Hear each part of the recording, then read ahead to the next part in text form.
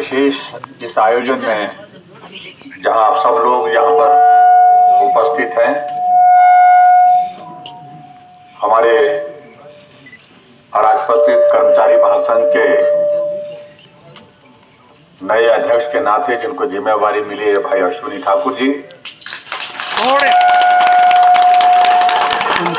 हमारे बीच में भाई राजेश शर्मा जी जिला से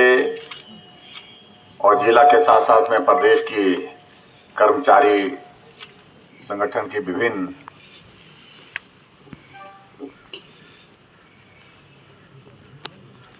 पदाधिकारियों की जो हमारी यहां पर टीम उपस्थित हुई है और सभी यहां पर कर्मचारी जो हिमाचल प्रदेश के विकास में एक बहुमूल्य योगदान देते हैं सभी भाई और बहनों। हिमाचल प्रदेश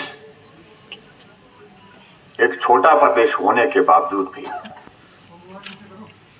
अगर हम कर्मचारियों की अगर यहां पर संख्या के साथ उनकी भूमिका का जिक्र करें तो मैं कह सकता हूं कि पूरे देश भर में सबसे ज्यादा सक्रिय भूमिका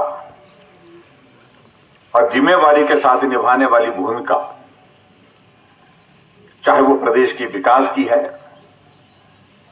चाहे प्रदेश के विभिन्न कार्यों के लिए रूपरेखा बनाने की दृष्टि से अपना योगदान की बात है, और यहां तक मैं कह सकता हूं कि अगर हिमाचल प्रदेश की अगर राजनीति में भी अगर जो महत्वपूर्ण भूमिका कर्मचारी की रहती है उस दृष्टि से भी देखा जाए तो हिमाचल प्रदेश का हमारा कर्मचारी इन सभी क्षेत्रों में सबसे आगे है।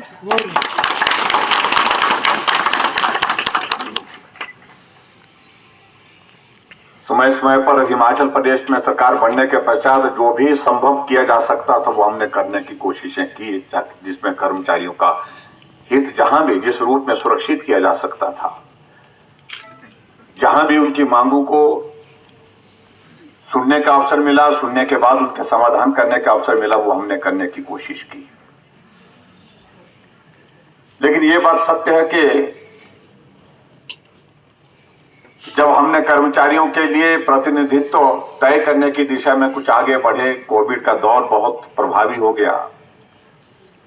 और ऐसी परिस्थितियों में प्राथमिकताएं हमारी उस दिशा में हो गई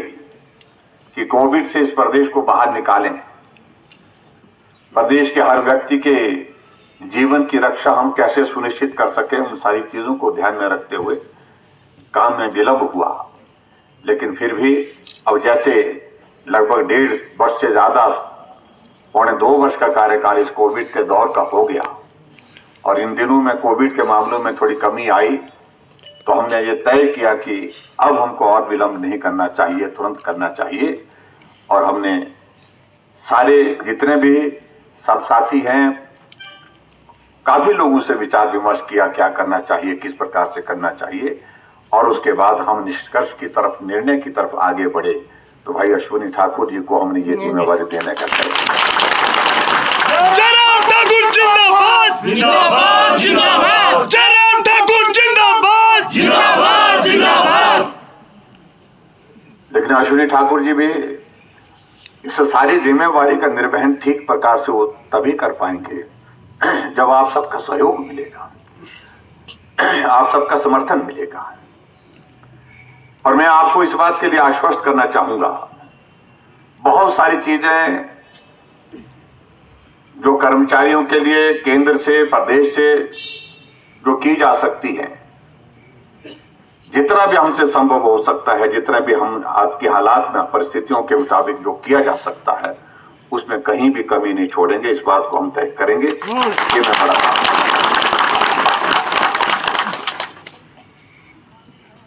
मैं आप सबका आज के इस अवसर पर इस बात के लिए भी आभार व्यक्त करना चाहूंगा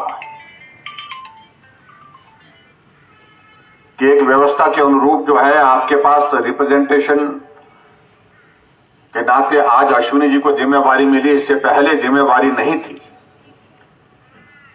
आप मतलब सब लोग हमको अलग अलग तरह से अपनी अपनी बात कहते भी रहे। अश्विनी जी भी आप सबके माध्यम से अपनी बात आपकी हमारे तक पहुंचाते रहे। और इस कोविड के कारण जो मामले जो मसले हमारे सामने आप लोग ने रखे, उसमें कुछ जगह हम आगे बढ़कर के कुछ काम किए भी, लेकिन बहुत सारे मामले उसमें ऐसे भी हैं कि जो जहां पर अभी तक हमको काम करना है, जो लंबित है। मैं आप सबका भी आभार व्यक्त करना चाहूंगा इस बात के लिए, क्योंकि आपने हालात को समझा। कोविड के कारण जो सारी सिचुएशन, सारी परिस्थितियां हिमाचल प्रदेश में क्या पूरे देश में बनी, ऐसे में आपने सब्र रखा, संयम रखा। जो आपके जितने भी मसले थे, जितने भी आपके इश्यूज थे, समाधान हुआ तो भी, नहीं हुआ तो भी आप लोग जो है वो चट्टान की तरह सरकार के साथ खड़े रहे, क्योंकि ये बहुत बड़ा संकट है। और ऐसे संकट में हमारी समस्या से ज्यादा समस्या कोविड से निपटने की है। उसके लिए आप सब लोगों ने जो सहयोग दिया, और आपने फील्ड में जाकर के भी बहुत सारे विभागों ने, स्वास्थ्य विभाग ने तो किया, एजुकेशन डिपार्टमेंट ने किया, एजुकेशन डिपार्टमेंट के साथ दूसरे जो हमारे हेल्थ डिपार्टमेंट के हैं उन लोगों ने तो किया ही किया। लेकिन जहां भी जिसकी जिम्मेवारी जिस रूप में लगी कोविड की सिचुएशन में काम करने के लिए, आपने काम करने के लिए आगे बढ़कर के उसमें काम किया, सहयोग दिया, उसके लिए भी मैं आप सबका बहुत बहुत धन्यवाद करता हूं। अब आपके लिए एक प्लेटफॉर्म मिल गया, एक नेतृत्व मिल गया। मेरा आप सबसे इस बात के लिए, और खासतौर से अश्विनी जी से हैं, राजेश जी, और उनके साथ साथ में जितने भी आप अलग अलग जिलों के प्रतिनिधि हैं, प्रदेश के हैं, हमारे प्रतिनिधि हैं यहाँ पर, अब बैठ करके चर्चा करें। हम ये चाहते हैं कि सबके साथ सबके सब मिल करके चलें, इकट्ठा हो करके चलें, उसमें आनंद है। क्योंकि इस प्रदेश को ऐसी परिस्थिति का सामना कभी भी नहीं करना पड़ा जिस परिस्थिति के दौर में से आज की तारीख में हम निकल रहे हैं। और ऐसे हालात में मिलकर के चलना बहुत आवश्यक है। और मैं सरकार की ओर से इस बात को सुनिश्चित करूंगा कि जो किया जा सकता है वर्तमान हालात में, उसमें कहीं भी किसी भी प्रकार के कर्मचारियों के हितों के जो रक्षा करने की जो बात होगी, सरकार पीछे नहीं रहेगी, उसमें आगे बढ़कर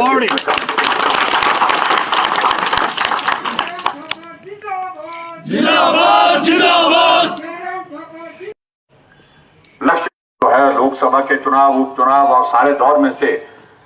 आगे बढ़कर के सफलतापूर्वक अपने लक्ष्य की ओर बढ़ रहे हैं। उसमें हम साथी बने, उसमें हम सहयोगी बने।